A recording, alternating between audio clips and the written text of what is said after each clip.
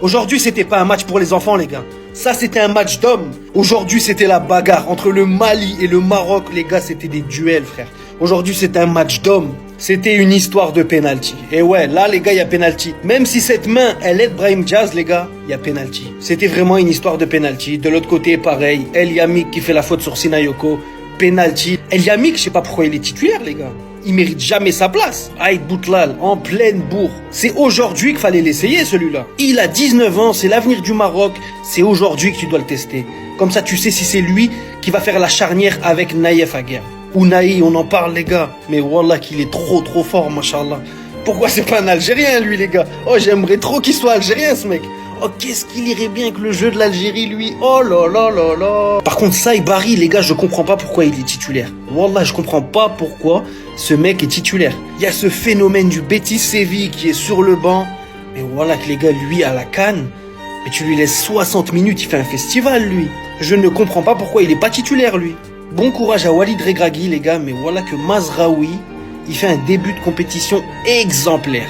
Je sais pas comment il va s'organiser pour remettre Hakimi titulaire, mais là, Mazraoui, pour moi, à son poste, il bouge pas.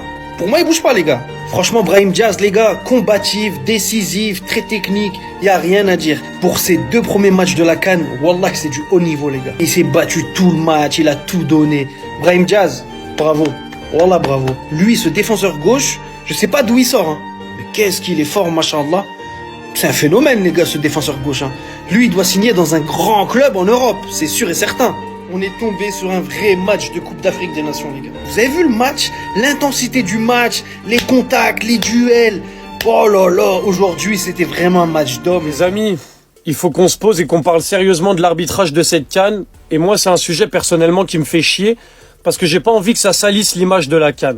Parce que là, en fait, il y a trop de petites erreurs d'arbitrage en faveur du Maroc qui peuvent très vite salir l'image de la CAN dans une CAN en mode « ouais, il fallait que le Maroc la gagne, etc. » Et je pense que c'est même pas bénéfique pour les Marocains parce que s'ils arrivent à gagner cette CAN avec que des erreurs d'arbitrage comme ça en leur faveur, les gens vont aller leur cracher dessus même s'ils font un exceptionnel parcours. Parce que je vais vous le dire, moi ce penalty je le siffle pas. Moi ce penalty je le siffle pas parce qu'il est en train de relever sa main. On dirait limite que Brahim Diaz lui tire sur la main, même si c'est pas le cas, mais c'est limite ça, le ballon, et on voit qu'il le subit avec sa main, etc. Il peut rien faire d'autre. Donc moi ce penalty je le siffle pas. Sachant que cette action-là, qui est, on va dire, presque la même si là la main est sur le sol au moment du contact, c'est peut-être ça qui change aussi. Là il n'y a pas eu penalty. Mais même si, ok, ici la main est au sol et pas sur l'autre action, moi l'action pour le Maroc je la siffle pas personnellement. Mais au-delà de ça, au-delà du penalty qui est très discutable pour moi, après peut-être qu'il y en a qui diront que ça siffle, moi pour moi ça siffle pas. En fait il y a plein de petites erreurs, il y a plein de petites fautes.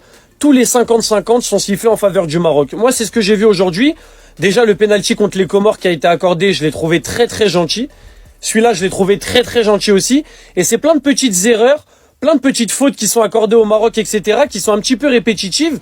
Et en fait, je me dis, si c'est ça, tous les matchs, les nations, les supporters, par exemple, maliens aujourd'hui, les supporters comoriens au premier match, etc., ils vont s'agacer et en fait, ils vont critiquer tout simplement la manière de jouer du Maroc en disant qu'en fait, ils sont rien sans l'arbitrage. Moi, c'est pas ce que je pense. Moi, le Maroc, aujourd'hui, ils m'ont un petit peu déçu.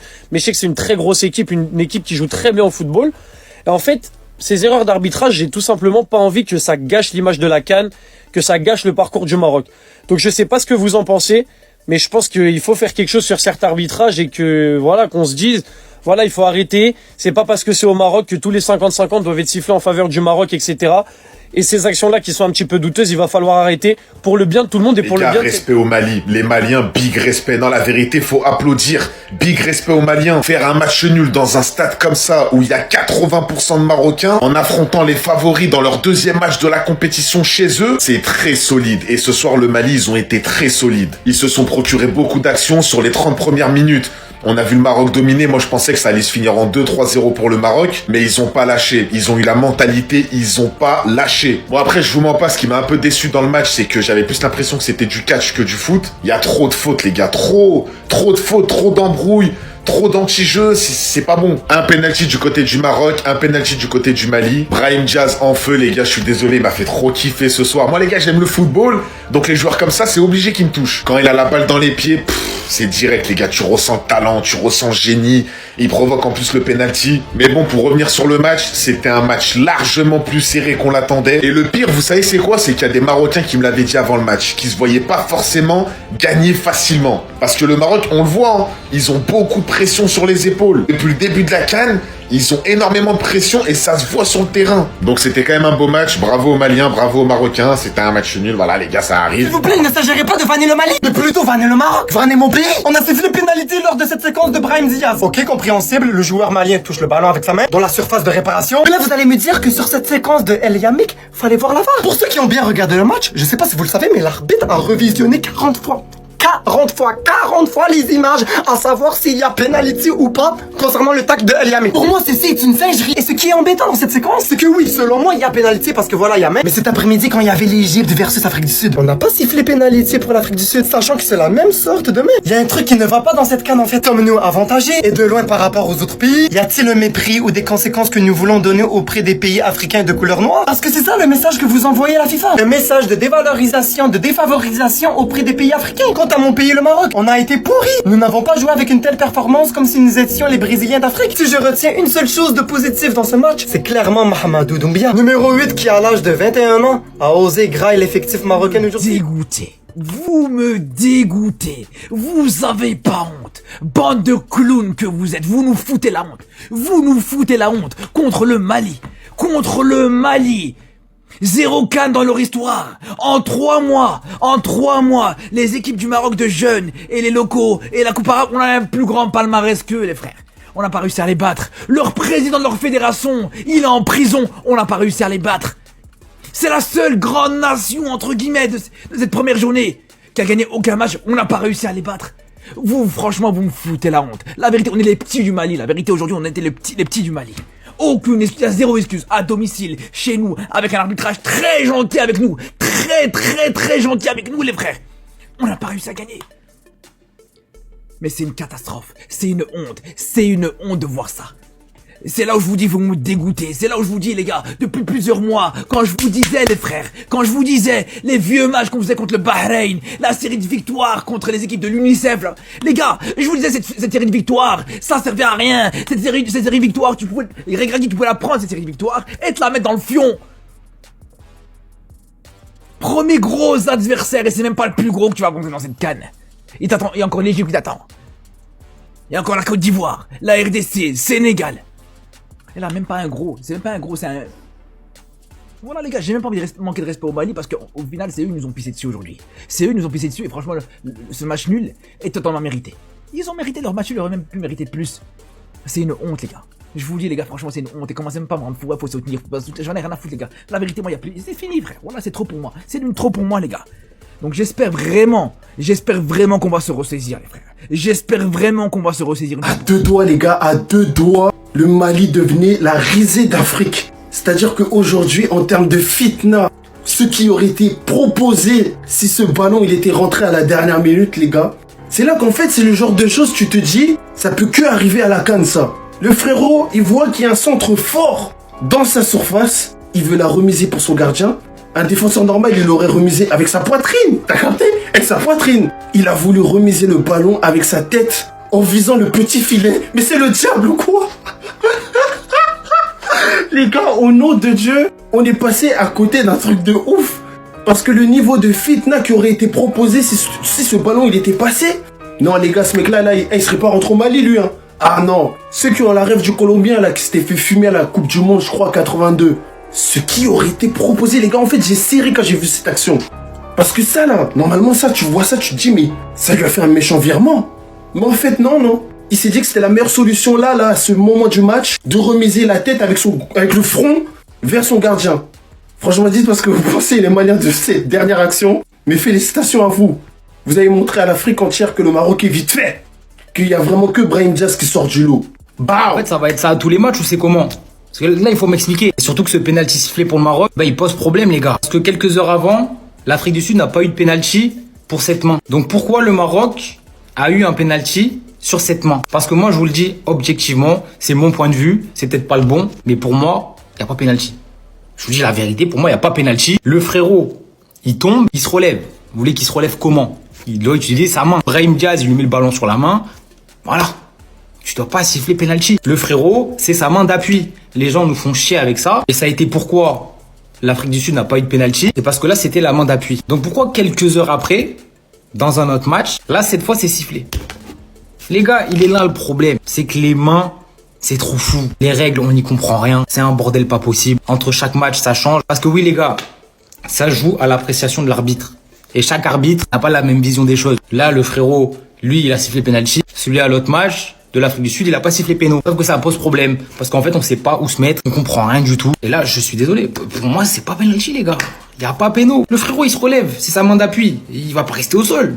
Faut bien qu'il défende. Surtout que derrière Brahim, il a toujours le ballon. Son action, elle continue. Ça change pas entre le Maroc et le Mali, mais j'ai une chose à dire déjà. J'espère, Xabi Alonso, que tu regardes les matchs.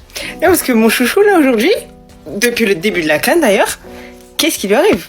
Qu'est-ce qui lui arrive? Ça, c'est un Brahim Diaz en confiance. C'est un Brahim Diaz, on aime le voir comme ça. C'est le Brahim Diaz pour qui j'ai fait les propagandes. Mais sinon, il y en a beaucoup qui peuvent être surpris par le score, mais moi, je ne suis absolument pas surprise. Vous sous-estimez. Alors certes, le Mali, on dit toujours, oui, c'est des vauriens, on aime bien les vanner, tout ça. Moi, la première d'ailleurs. Dès qu'il y a une occasion, j'en loupe pas une.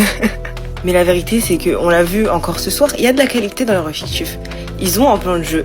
Ce qui leur manque, selon moi, ce qui leur manque, c'est un peu plus de finition, quelque chose de plus qui crée le danger vraiment en attaque. Mais sinon, ils sont solides. Honnêtement, là, face au Maroc, ils ont joué égal à égal.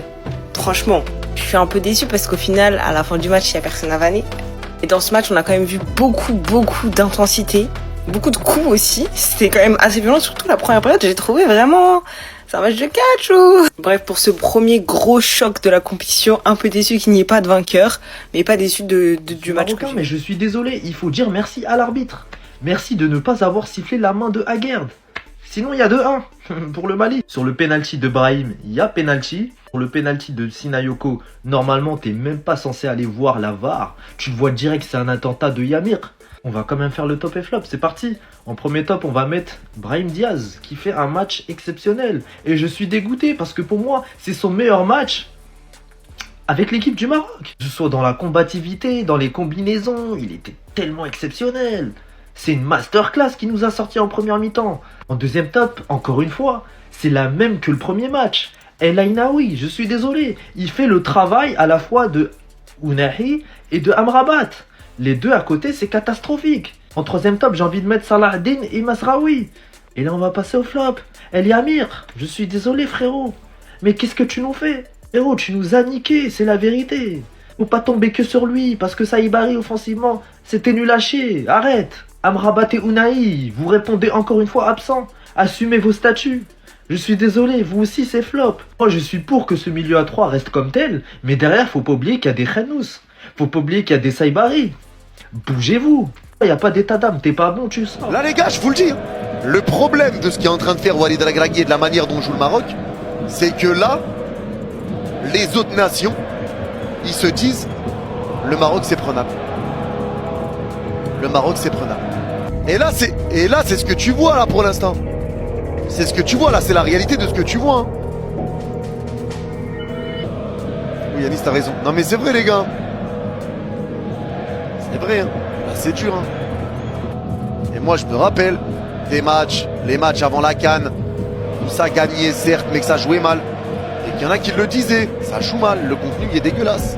Le contenu il est pas bon, faut régler le problème du contenu. Regragui doit changer ses choix, doit revoir ses décisions.